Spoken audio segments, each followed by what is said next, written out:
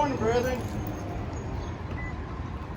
I'm here at Dewey Meisenheimer's barber shop. It's called Huffman's, and we're going to get a haircut today. It's been about 3 months since my last haircut, since we're having our pandemic, and as you can tell, I'm a little shaggy here. Brother Dewey is very special to me. We'll talk to him about his Masonic journey and maybe a few other little things, and looking forward to it. Hope you are as well, and we'll see you inside. Morning, Dewey. Good morning, good morning. How you doing? Terrific, hope you are. Doing all right. You need me to wear a mask while we're doing all this? It'd be best if you have one on. Yeah. You have one for me? All righty. There we go.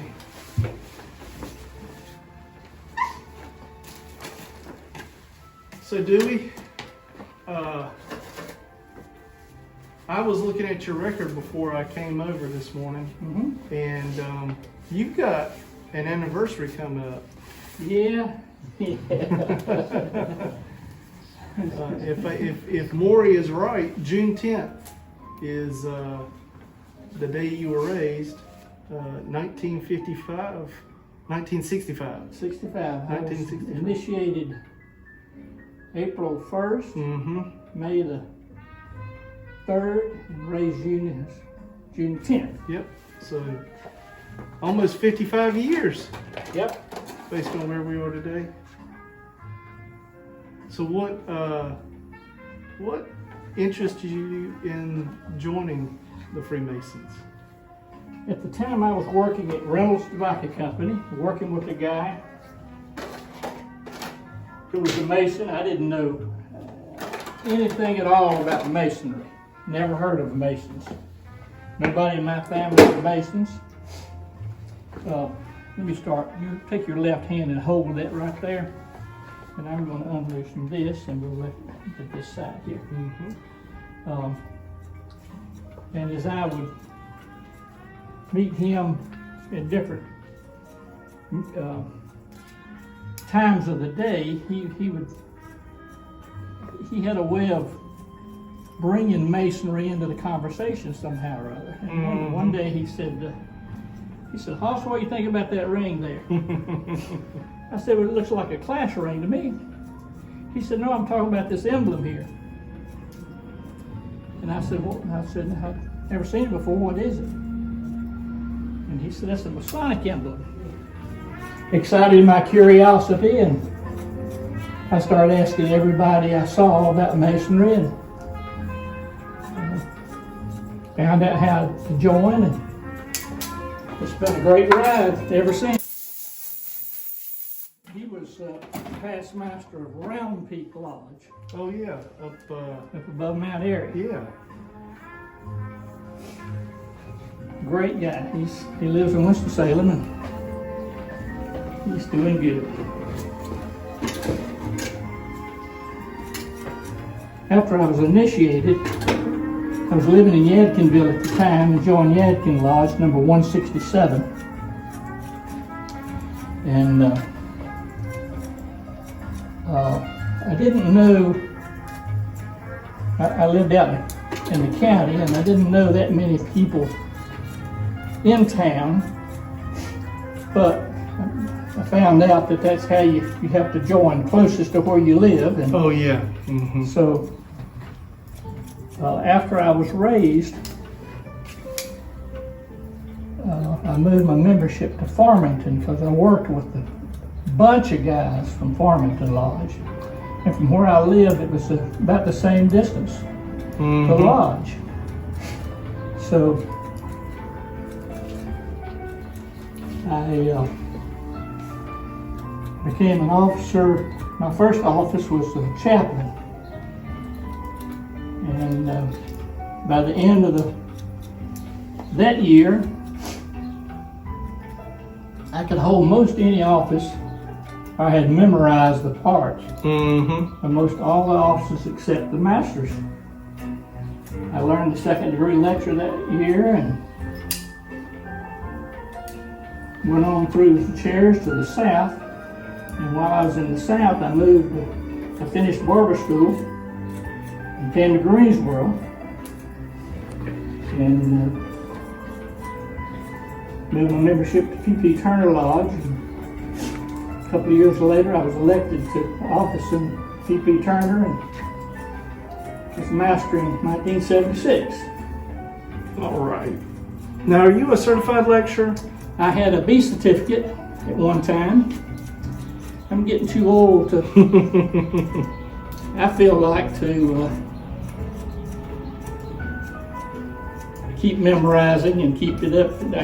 I can't remember to keep it up as well as I should, so I'm just, I hate to try to do anything where I can't do a good job. Well, for everybody watching, just so they're aware, Dewey presented my very first apron. He presented the apron lecture when I was initiated, and because of that and the fact that we're still in the same town together, when I was elected Grand Master and prepared to be installed, I asked Dewey if he would present the Grand Master's apron to me, which of course he did, and I was very thankful. And I do really appreciate you doing that, Dewey. My honor and pleasure. You know, before everything got shut down and I was out doing my district meetings, one thing I'd like to talk to the brethren about was, you know, the value of the fraternity to them. You know, a little bit about their story. Each guy, you know, I think has a story about how the fraternity has either helped them or what they've gotten out of it. I'm curious if you got anything,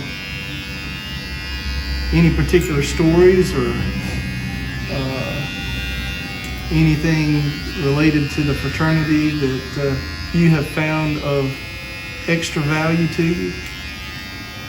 Well, one of the main things, there's so many things to me that mean a lot. One of the main things is no matter where you go, you meet Masons and they instantly become friends. Mm-hmm. It's hard for me to put one particular story or value on Masonry. I've enjoyed it. I've been excited about Masonry since the first day I joined. And it's been a curiosity to me when I see people come in lodge, be initiated, and you never see them again. Mm-hmm. I just can't understand that whatsoever. But, you know, people are different and they're looking for different things, and I've just enjoyed every bit of it since I was initiated. That is an interesting point. You know, so many guys do join the fraternity, and like you said, a lot of them don't even make it past initiation. That's right. You know, the statistics show that about 1 out of every 4 that are initiated don't even continue beyond that. But even those that do, a lot of those guys, you can tell they've been excited and enjoyed the ritual work, but they just don't continue beyond that. I think the investigating committee falls short too many times. We're going to do right the opposite, your right hand. And, Mm-hmm. I've seen in the past a lot of times where, for instance, I would bring a petition in. And I meet a lot of people here at the barbershop, and I've brought a lot of petitions to the lodge. Mm-hmm. And I have customers that come in every 2 weeks, every 3 weeks, every 4 weeks, 5, 6, 8, twice a year, whatever. And I see them that often, but I don't really know that much about them. They might seem terrific in here, but I don't know that much about them. And all I can do is bring the petition in if they apply. And sometimes I think the investigating committee says, well, Brother Dewey brought the petition in, this guy's got to be okay. And they don't do a whole lot of investigating. I think it should be investigated from start to finish, or top to bottom, or whatever, however you can put it, no matter who brings it in or who it is. Right. Just, I think we fall short in that respect. Yeah, you know, that's one of the things I talked about in the district meetings too, is part of the problem, like you said, is with the guys that are coming in, we don't always really know who they are. We need to know them. Is the fraternity right for them? Are they right for us? You know, it goes both ways. And, you know, one of the things we can do, of course, we say, you know, where were you first prepared in your heart? And you got to know the guy well enough to know that he's prepared in his heart, that he's willing to not just join the fraternity, become a member, but our fraternity has a lot to offer for, you know, helping a man improve who he is. And, you know, if you're willing to make that change, or as I say, transform, then the fraternity is probably the right place to be. But if you're just joining out of curiosity, that may not be the best time for you to come. Right. And I think some guys, you know, it's relatively inexpensive to join the fraternity. Some lodges charge $100, you know, for initiation. So someone just wanted to spend a little bit of money to, you know, have their curiosity fulfilled, they can do it. But there's not that much commitment. Right. And then some of us, like you and me, you know, we fall in love with it. Before we came in, we were noticing the name on the barbershop, Huffman's. Tell us a little bit about how you came to be here and why it's called Huffman's. This shop was opened in 1969 by I.K. Huffman. His nickname was Pete Huffman. And Pete was in the military. He joined when he was 15 and was captured when he was 16 by the Japanese. He was a POW for 40 months. And liberated. He weighed 85 pounds when he was liberated. And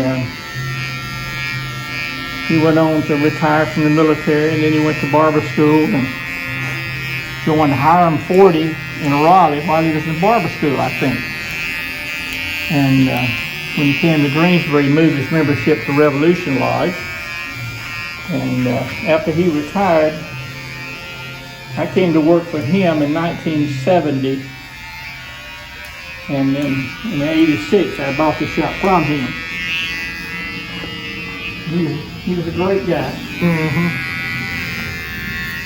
He ran the barbershop day and night, raised 2 kids, and he didn't have time to, he didn't feel like he had time to go through the chairs, although he attended on a fairly regular basis.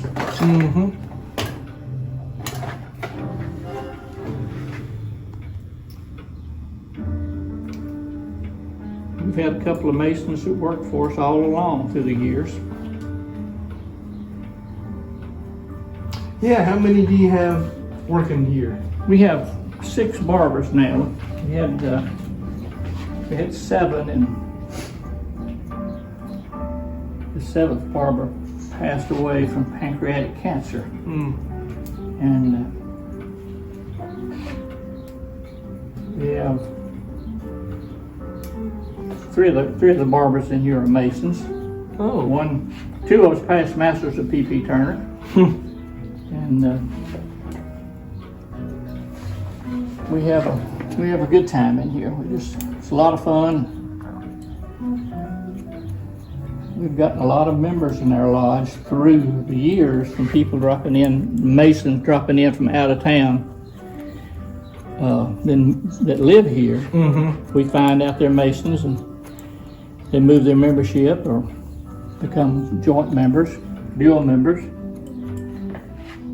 I'm also curious. One of the things I find very interesting about the fraternity is, obviously the symbols and the rituals that we do. But, as you go through, so much of it is new to you. A lot of times you miss stuff, and then the more you come back and the more rituals you see, the more you think about the different symbols, the more they tend to mean to you.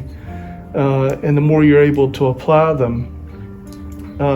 Has there ever been a time when you were watching a ritual or thinking about a particular symbol that you saw something or realized something you didn't before, and what was it, or how did you act? What was it? I'm sure there's been several, although I can't think of anything that nothing jumps out right at the moment.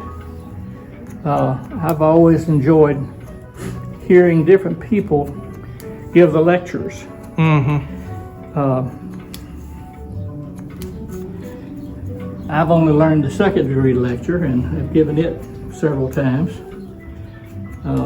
It's interesting to me to see people new in Masonry learn a lecture, and the first time or two you hear it from them, it's memorized words. And as they progress and often slow down, Mm-hmm. you can hear them, you can tell that they're living what they're saying. Mm-hmm. It's great to see people change that have joined the lodge. Well, that's, the purpose we say is to make good men better. That's and right. If you're not changing, if you're not improving in some way, the benefits of the fraternity are a bit lost on you. Mm-hmm. I've really enjoyed visiting other lodges. Especially as a new Mason starting out, it's important to learn what to do and how to do, Mm-hmm. as well as learning the ritual. And you can learn things that you want to do and you incorporate into your year when you get to be master. And you can also learn things that you don't want to do.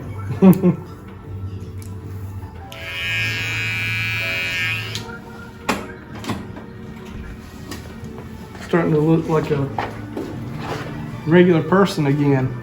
A nice head of hair. Big head of hair.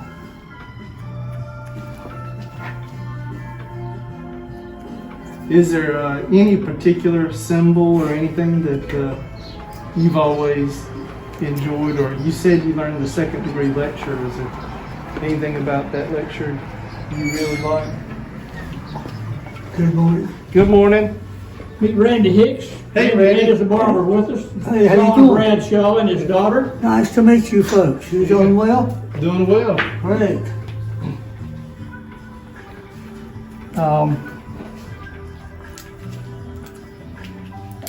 Nothing in particular. That was my favorite lecture of all, and to me, it's just the whole story.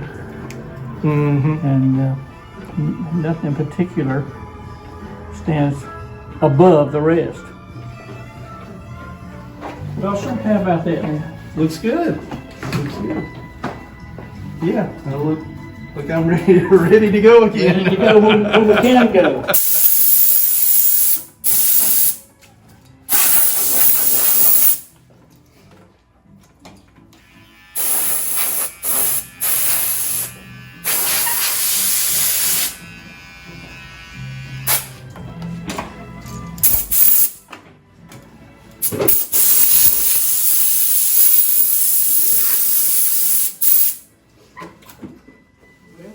about it. All righty. Great. That was great. Thank you so much. Yes, sir. My Appreciate pleasure. My pleasure. the opportunity to speak to you and all that. It's been I fun. think before we leave, we'll take some pictures of the different portraits back there, the caricatures, and do a couple of things, Sure, and then yeah. we'll head on out. That's good. Wish we could shake hands, but I you know the know it, social I know distancing. it. And, you know, we do the elbow taps. It's unusual as Masons not to be able to shake hands. That's That's the right. one thing we're always trying to do. Always enjoy doing. But, again, thank you so much for talking with us this morning, and the haircut and everything looks really good. Thank you, sir. It's been my pleasure. Right. Thank you.